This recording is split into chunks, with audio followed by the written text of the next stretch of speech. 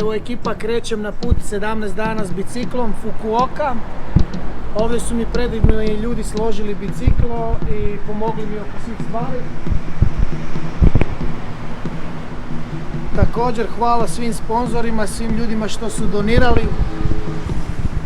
A sad je na meni red.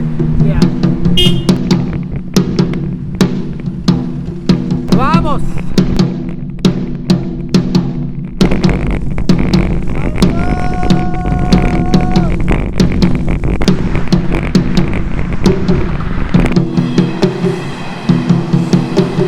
Trebam prestići nekoga na cesti, a nije automobil, nije motor, nije konjička zaprega.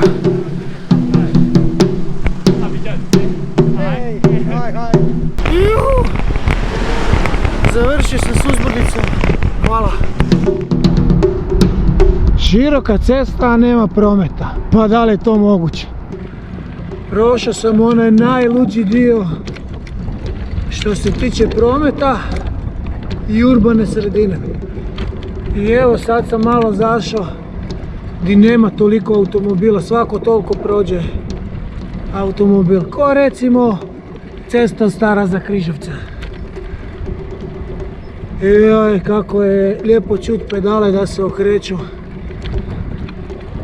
I vjetar u kosi.